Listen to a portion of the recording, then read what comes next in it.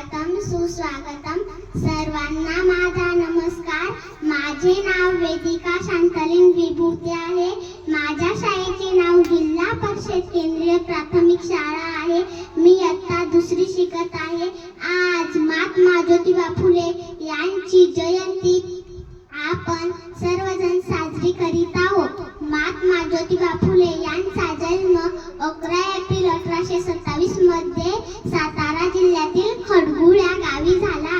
त्यांच्या वडिलांचे नाव गोविंदराव असे होते.